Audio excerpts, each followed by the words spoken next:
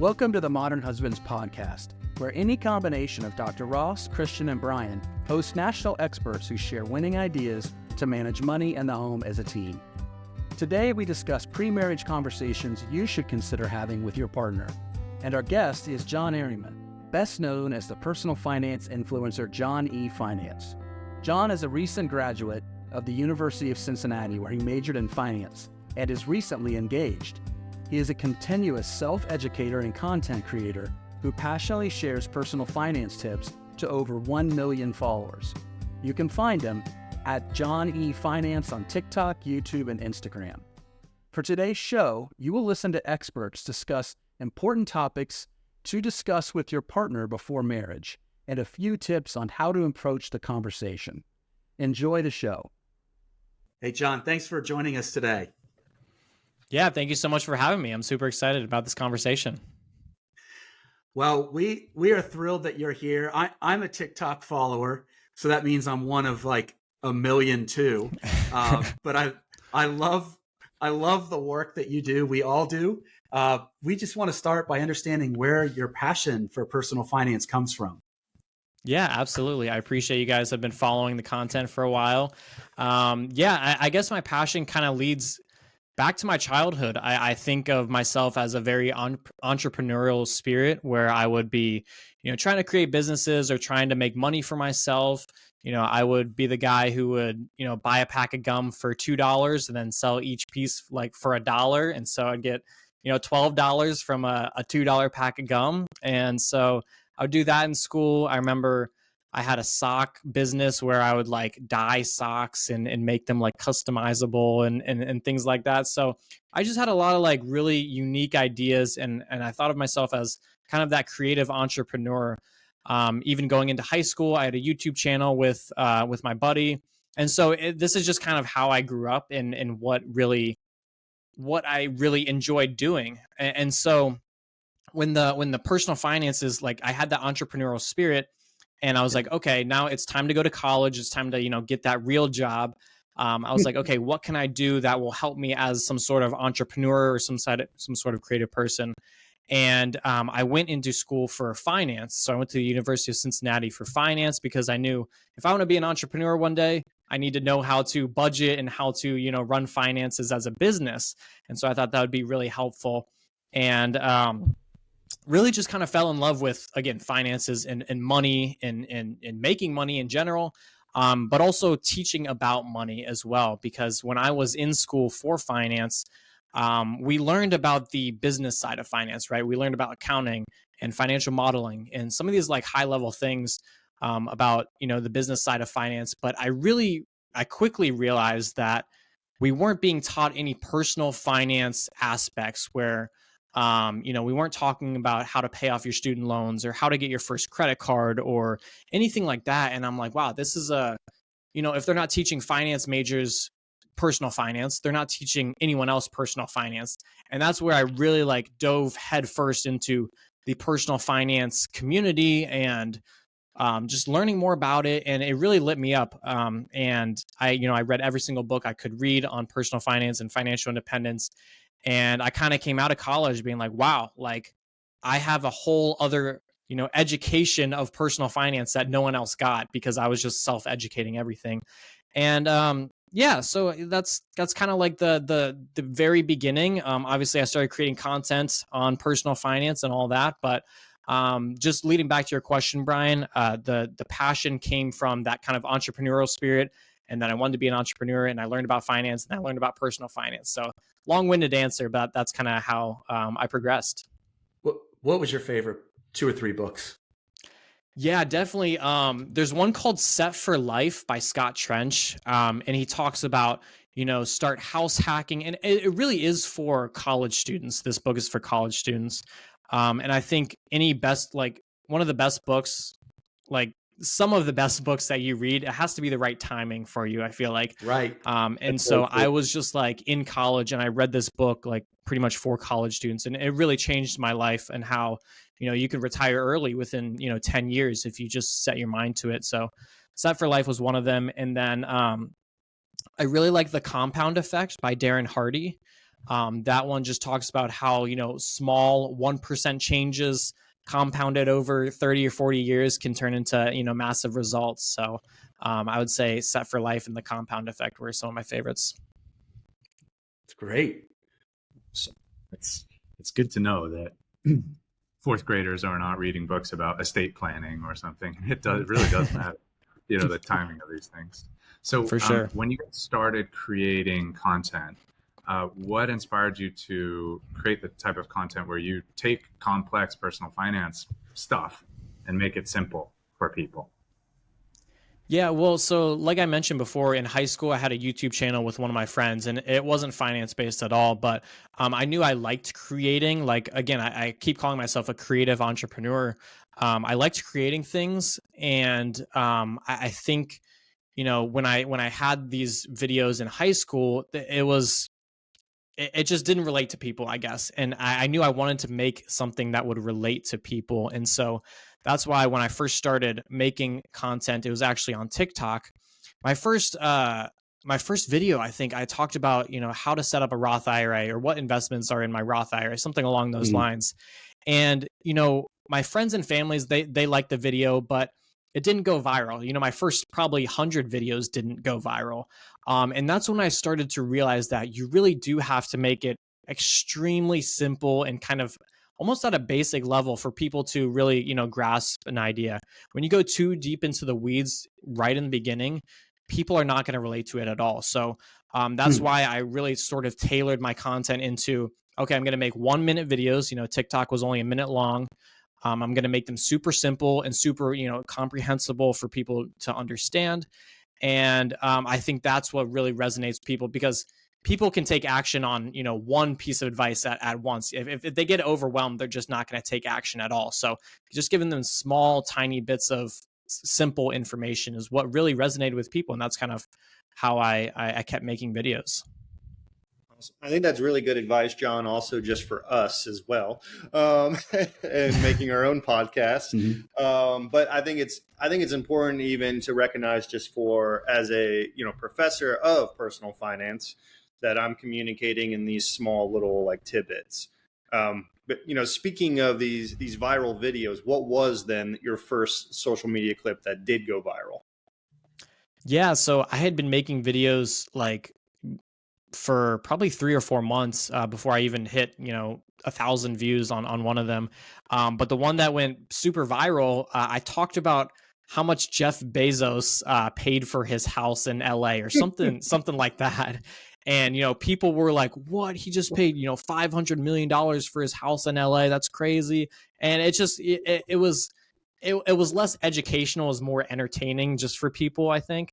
And that's actually another lesson. If you want to make really viral and engaging content, again, you want to make it educational, but you want to make it entertaining at the same time. If I just talk about, hey, my Roth IRA has, this type of investment in it, or if I talk about the expense ratio is, 0.04%, again, it's going to be too complex for people, and it's not going to be entertaining for people. So if you really want to, grow on social media, and have a following that respects you and likes you, but also wants to come back and watch your videos, make them educational and make them entertaining as well. Great advice. You tapped into the zeitgeist. People, wondering what's going on with these massive, purchases. I think I just saw a headline about Bezos buying a support yacht for his yacht. I don't know if y'all saw that. Well, obviously you need a support yacht for your yacht. We all need support. Right? Speaking of which, so you are engaged. How did that happen? What? Not that you are not worthy, of course, but like, how did you ask and how did it go down? Yeah, so I'm very fortunate to have a partner in my life that is really, we have the same goals, we have the same values. We met through mutual friends, and she, kind of caught my eye, and I started, I think we went out on date, like we went to an amusement park, which was really fun together. And so we just, like, she was kind of the first person that I was, able to talk to some of these deep things, um, like, about money. I could talk to money about her and she was okay with that. And I could bring up some difficult conversations. Like right now we're looking to buy a house, that's a very difficult thing to do. And so she's just been always like, she's willing to have those conversations. And so I kind of just knew from the very early on that like, hey, like, I think she's the one, she has all the same values and the goals, like I said, and she's willing to, go through the hard times to know that there's good times on the other side. And so, I proposed to her in Alaska, which is a pretty cool story. We went out to Alaska to meet some friends that we have out there. And luckily that friend is a pretty professional photographer, I would say. So my friend was able to like take pictures of us during the engagement. They were like the most beautiful pictures. We were on like the side of a mountain. I'll have to send them to you so you guys can see what I'm talking about. But it was just a very beautiful place to have the engagement, and it really meant a lot to us. She was completely surprised, and it was just fantastic. And what's also crazy too, is that we talked about, we had those conversations of how much do we want to spend on a ring, how much do we want to spend on a wedding, like how much do we want to spend on a house. Like we have those conversations before we even like make our decisions. So I think that's what can lead to success for other couples too, is just having those conversations and making sure you're on the same page. I think that's really everything. So it's been awesome. You're obviously already off to a great start. I mean, that's what we do at Modern Husbands, is we talk about how to manage money together, and just so much of it is fundamental to simply having conversations. But I have a few follow-up questions. First of all, did you go to Kings Island? Was that your amusement park? Yes, that's where we went. Yeah. All right. So, what was your favorite ride? I'm trying to think of it. I think it's the most famous one. It's the Diamondback, I believe. Okay. Yeah. Diamondback. And the Beast is famous. The Beast. Yeah. The Beast is famous. Beast, I think. And it's Son of the Beast. The Son of the Beast too. Yeah. Those are like wooden coasters, aren't those? They're like a little more. They are. They're a little more shaky, rattly, a little bit. You can see the screws that fall off of the frame, and I'm being dead serious, of that roller coaster. It's like 60 years old. But it's still going strong. One more follow-up question. So we had in a previous podcast a discussion about like how much do you spend on a wedding, right? That is, and this could be an entire podcast. We will do it eventually. Mm-hmm. We know there's a lot of folks who are in the process of getting married, and there's a lot of material coming that way. But a quick word from one of our sponsors, Money Marriage U. Many folks tell us how important our content is to couples transitioning to marriage. And that is our motivation behind our brand new content series, Transition to Marriage. You can learn more about our Transition to Marriage series on our website, modernhusbands.com, where you will find the information in the drop-down menu. We are also creating a Transition to Marriage toolkit, empowering engaged and recently married couples who want to manage money and the home as a team. Don't miss out on the wisdom you need to start your married life off the right way. Save your spot at modernhusbands.com to receive your toolkit. Now back to the show. Well, you don't have to give us a number, but just walk us through kind of like what that conversation was like when you were deciding how much that you wanted to spend on a wedding. What were the factors? Absolutely. Yeah. And I think, wedding, it can, I'm trying to look for the words, but like the wedding is more than one thing. It's more than, because you have like the bachelorette party, you have the engagement party, you have gifts, you have the honeymoon. So there's a bunch of things into wedding costs in general, the ring even as well. And so, when Paige, who's my fiance, when Paige and I talked about this, we're like, okay, what do we actually value? And I think that's one of the first things that you have to talk about is like, what do we value as a couple? One of those things was, we value travel. We value, some time freedom as well. We value simplicity. And when we thought about spending, for example, $10,000 on a ring or $50,000 on a wedding, we're like, is that going to bring us more time freedom? Is that going to, it would just, we were going to be spending on things that we didn't really care about. If to be frank, we just didn't care about having the big wedding. We didn't care about, she didn't really care about having a massive ring. And so I think when you're talking with your spouse or your future spouse, you just need to get to the very granular level of like, what do you guys value? Because at the end of the day, like what you spend your money on is what you value. I mean, that's what it is. And so, you know, we are going to have a very, very small wedding. It's going to be, you know, close friends, immediate family. We're going to have a small reception. But then we might splurge a little bit more on the honeymoon because we actually enjoy the travel a lot more. And at the end of the day too, it's like most people have a wedding for other people. And so we want to have this wedding for us, and we want to have the honeymoon for us. And so that's kind of what it comes down to. I think that's so important.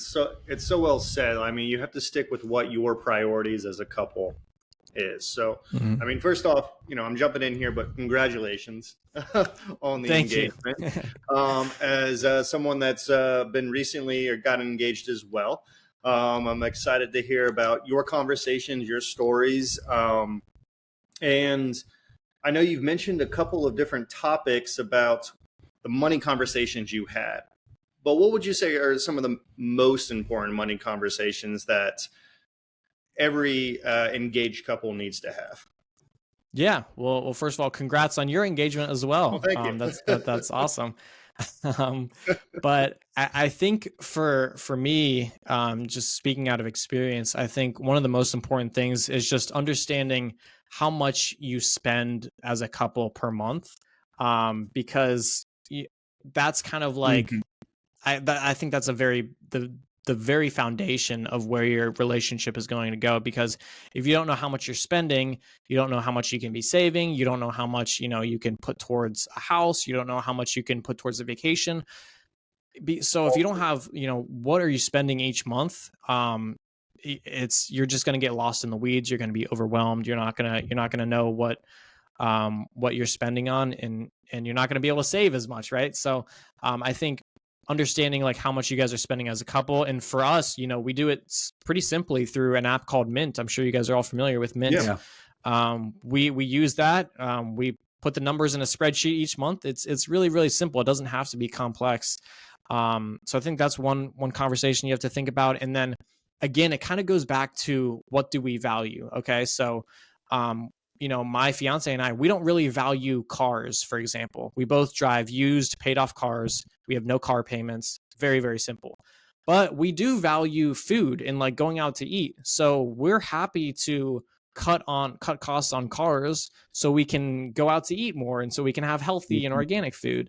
And I think being on that same page with your spouse is important, because you guys can both put your money towards something as a couple, and you're not just, you know, spending random money that you don't need to be spending. So I don't know if that completely answered your question. I know I obviously talked about having the money conversations about buying a house, buying a ring, having a wedding and stuff like that. But I think, owning your values and being transparent about those are really important.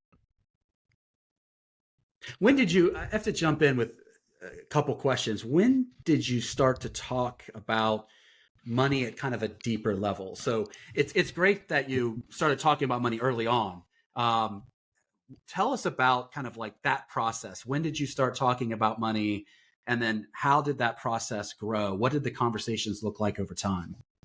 Yeah, definitely. And it is a process. It's not like we talked about our net worth at Kings Island. Like that, No. That wasn't it at all. No. Not at the top of the roller coaster. Right. How much money do you make? Like, no, we're not credit doing card debt. Yeah, exactly. It honestly, like, I know people want a short and sweet answer, but like it just takes time to really get vulnerable with your spouse and understand that, like, hey, like these conversations are difficult. And if you have them too quickly and too fast, it's going to be like someone's going to pump the brakes. They're going to feel uncomfortable and they're not going to want to talk about it in the future because they felt uncomfortable. So going through those money conversations, you know, I think it's perfectly okay, you know, on the I don't know, third or fourth date or whatever you want to call it. Like there's no set number, but like as you move forward towards dating and, getting into a relationship, it should be okay to talk about how much money do you make.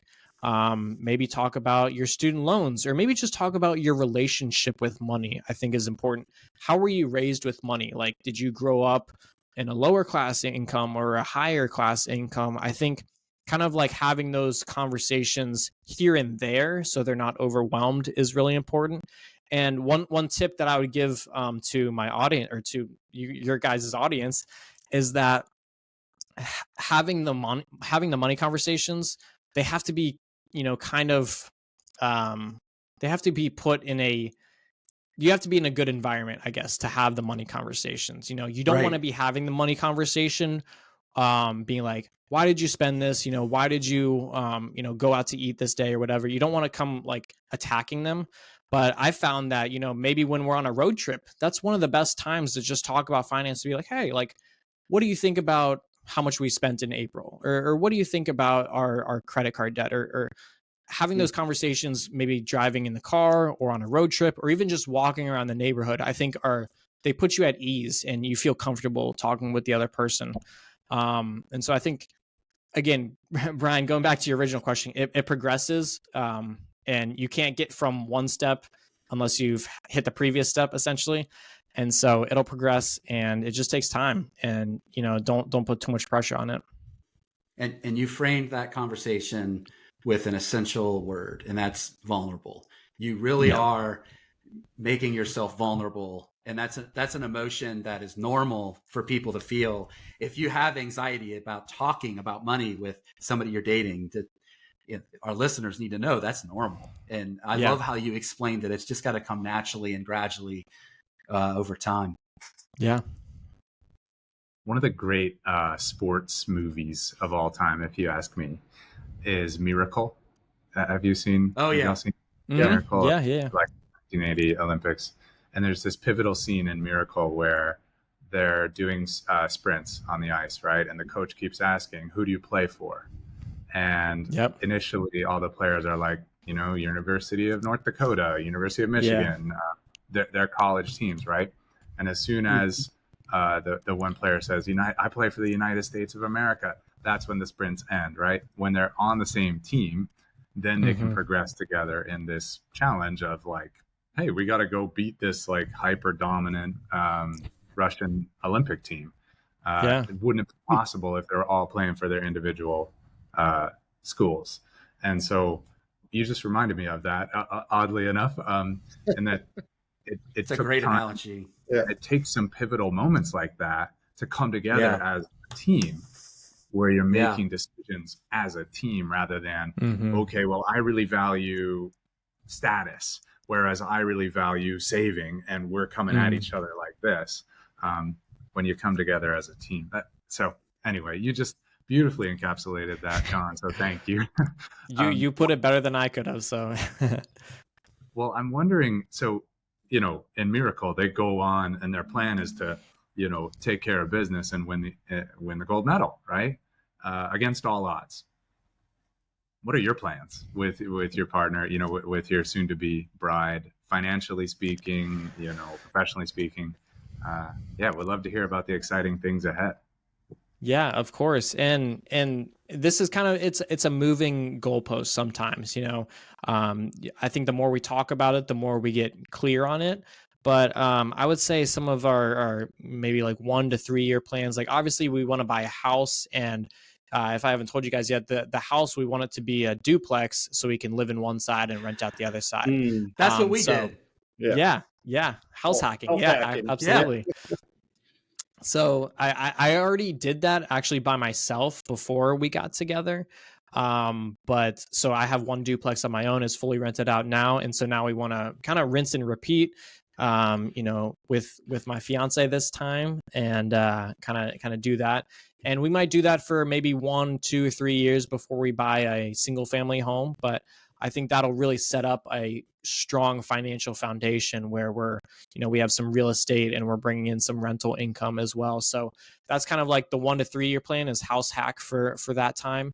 And then just kind of going forward past that, we really want to we want to live a life where we can spend a lot of time with family. Like both of our parents are aging, and we take that into consideration. We want to have a family of our own in the future, but that's probably like 3 to 5 years down the line. And we just want to be in a really, really strong financial position so that we can spend more time with our family, like our parents, and we can spend more time with our future kids if we have them as well. So that's why we are so passionate about, creating financial abundance for ourselves and sharing it with other people, especially through my platform too. It's like, I want to help people become financially independent, or at least build a strong financial foundation so that they can spend more time with their family, or maybe they want to go on vacation more, or whatever it is, whatever your why is, I think is really important. So I don't know, this stuff just gets me fired up because it means so much to us. And so, yeah, that's kind of what I see 3 to 5 years from now. Well, I hope that what I'm going to say reinforces your path. But my wife and I purchased a duplex right out of college. It was the first thing that we bought together. And looking back, that might have been the best investment that we ever made. It's paid for now. And, it's mailbox money, as they say. And, that is in part paying for our kids' college tuition. And the idea of, purchasing a residential home first without having some sort of diversified product outside of financial markets just terrified me. And we lived through 2 pretty big financial turbulent times, the financial collapse in 2008 and then COVID. And the one thing that was constant through both was that when the financial markets were screeching and people were terrified, we could raise rent. We had no problem renting our property. And it was a perfect bookend to a perfect complement to our other investments. And so if you're a listener and that's something of interest, dive deeply into John's TikTok. I'm sure he has lots of stories there. What's your TikTok handle, John? Yeah, it's at John E Finance. So I'm on TikTok, Instagram, YouTube. Trying to get more into Twitter, but haven't dove down there yet. So John E Finance. You'll get some great ideas from there. I assume that there are a lot of everyday folks that listen to our show. And we like to conclude the show with just some practical tips that people can walk away understanding what to do that are actionable, that are easy to accomplish. And so knowing that that's really what you're great at, taking some complicated things and making them simple to understand, what are 2 or 3 tips that you want listeners who are on the verge of getting married to understand? Yeah, absolutely. I think, we talked about this before, but just tracking your spending as a couple, I think is extremely important. And it does sound daunting, be like, oh, I have to budget now. Like, I don't know how to do this, but I promise you, like, I've made tons of videos on this, on how to track your spending in Mint. Mint makes it super easy. I'm not affiliated with them at all. This is what I use. And I think it's probably the best app to track your spending. Obviously there's a bunch of ones out there. I've tried them all, and I think, I like Mint, but, so I'd say just track your spending, as a couple.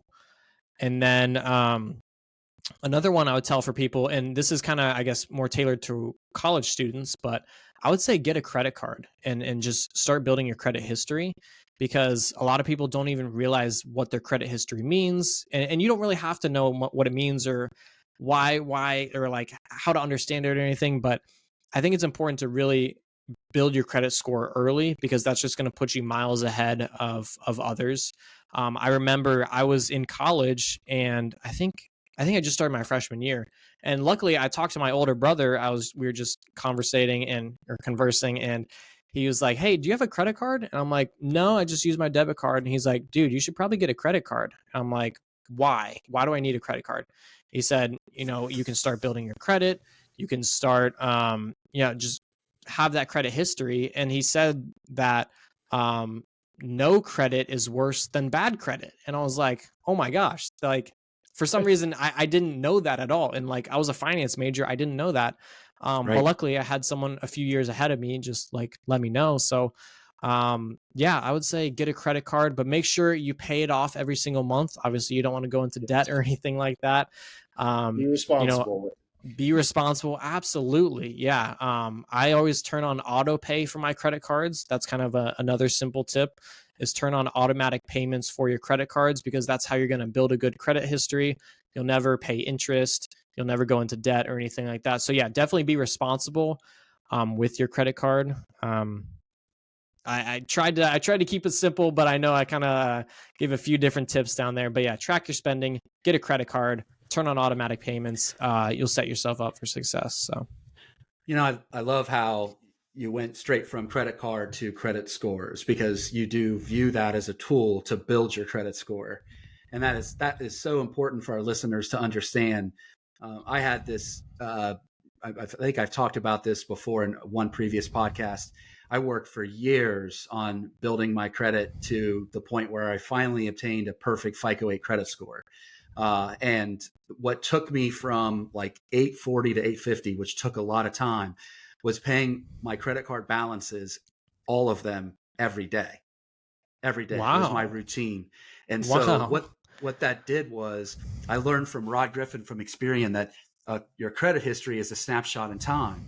And so if that snapshot in time has a higher credit balance, then your credit score is going to be a little bit lower. And that there's this myth that you should keep your credit card utilization rate at 30%. And Rod will tell you, I have no idea where that 30% figure comes from. I don't get it either. If mine was 30%, my credit score would plummet. I try to keep my credit card utilization rate below 2% at all times. And so Wow. It's usually hovering around 1. And that is such an easy way for college kids to build their credit history by just knowing it's a routine. Just pay, keep the balance at 0. Show history, show transactions, but just keep paying it down. John, use it like a debit card. Yeah. Like pay it off right away. Yeah. Well, we look forward to continuing to follow you in your journey as you're engaged, working your way towards marriage. We congratulate you. And of course, congratulate Dr. Ross, two soon to be modern husbands. And for the listeners out there, thank you for joining again. And please be sure to follow John on TikTok and Instagram at John E. Finance. A special thanks to our guests and, of course, to all of our listeners. Don't forget to click subscribe wherever you download your podcast. Give us a rating and share our podcast with others. And check out our website at modernhusbands.com, where you can find articles, courses, toolkits, and other resources to help you and your partner manage money in the home as a team. Until next time, be well.